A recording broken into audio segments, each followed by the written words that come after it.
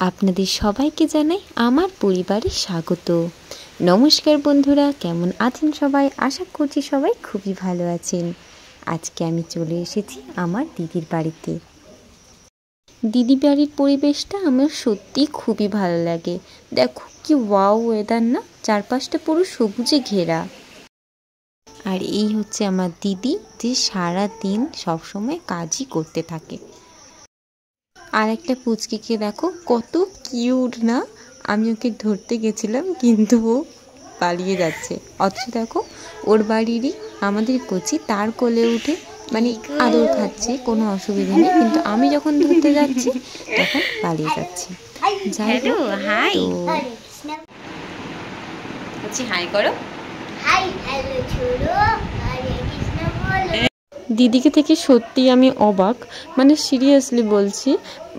শুধু হয়তো ও না, সব মেয়েদের ক্ষেত্রে, মানে যখন মেয়েরা বাবার বাড়িতে থাকে, মানে যখন মানে এখনও পর্যন্ত মা না আমাকে তেমন কিছু করতে দেয় না, মানে ওকেও করতে দিত না, কিন্তু ওখানে গিয়ে নতুন ফ্যামিলিতে গিয়ে মেয়েরা যেভাবে সব কিছু মানিয়ে গুছিয়ে সুন্দরভাবে সংসার করে, এমনকি দিদিরও খুবই নাম করে ওর ফ্যামিলির সবাই।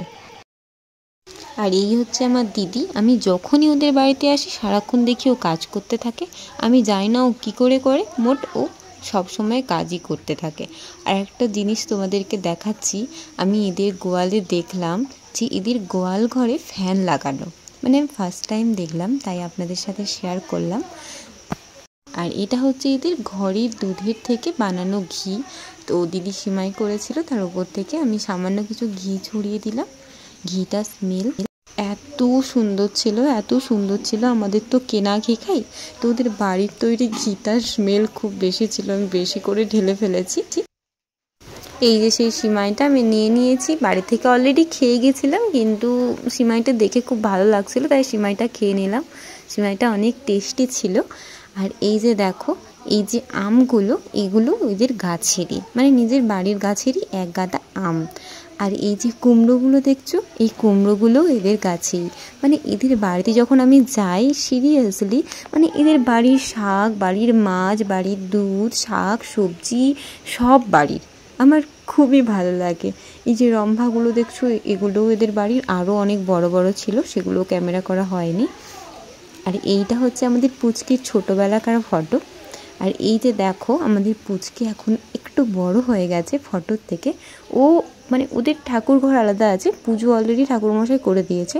ও কি করে, নিজে নিজে স্নান করার পরে, মানে এতটুকু বাচ্চা এত ভক্তি, সে নিজে নিজে স্নান করার পরে ঘাট থেকে জল নিয়ে এসে একা একা ওই ঠাকুরগুলো, ওরই ঠাকুর, মা ওকে কিনে দিয়েছিল, আর কিছু ক্যালেন্ডার নিয়েছে, নিয়ে ওগুলোতে ও নিজে নিজে ফুল দিয়ে পুজো করে। যাই হোক, ভালো ভক্তি আছে, অনেক ভালো। তারপর আমি দুপুরে লাঞ্চ করে নিচ্ছি। হঠাৎ মাত্র আমি ওদের বাড়িতে গিয়েছি, ওকে না বলে, তাও এত কিছু কি করে করলো এটুকু টাইমের মধ্যে আমি জানি না।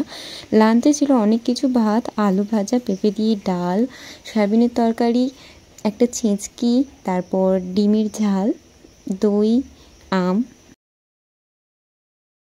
আর এই উনুনটা দেখো, মানে ইউনিক লাগছে আমার কাছে। উনুনটা খুব সুন্দর ছিল দেখতে, মানে এখনও পর্যন্ত হয়তো রান্না করেনি ওটাতে, আমার খুবই ভালো লাগছিল, তাই আমি ওটাও ক্যামেরাতে নিয়ে নিলাম। আর দিদি বাড়িতে যাওয়া মানে ব্যাগ ভর্তি করে মা যেটা দেয়, সেম পরিমাণ ব্যাগ ভর্তি করে আবার আমি বাড়িও নিয়ে আসি। মানে আমাদের তো সব কিনে খাই, ওদের তো সব গাছে আছে, সব ঘরের দুধ, ঘরের আম, শাক, সব মানে ঘরের, ওগুলো টেস্ট বাড়ির গাছের তো টেস্ট বেশি হয়, তো এই কারণে আমাদের কিনে খাই বলে ও আমাকে দেয়। তো ব্যাগ ভর্তি করে আবার নিয়েও চলে এলাম, কোনো অসুবিধে নেই, ওদের অনেক গাছ আছে। তারপর আসার সময় পুচকি সোনাকে হাম্পি করে নিলাম, টাটা করে দিলাম। আর এই দেখো পুরো ওয়াও ওয়েদার না, কি সুন্দর চারপাশটা। ওর বাড়ির চারপাশটা আমার সিরিয়াসলি ভালো লাগে। আমিও গ্রামেই থাকি, বাট আমার বাড়ির চারপাশটা না এতটা সুন্দর না, পুরো চিৎকার চেঁচামেচিতে ভরা। যাই হোক বন্ধুরা, আপনারা সবাই ভালো থাকবেন, দেখা হচ্ছে নেক্সট ভিডিওতে। রাধে রাধে।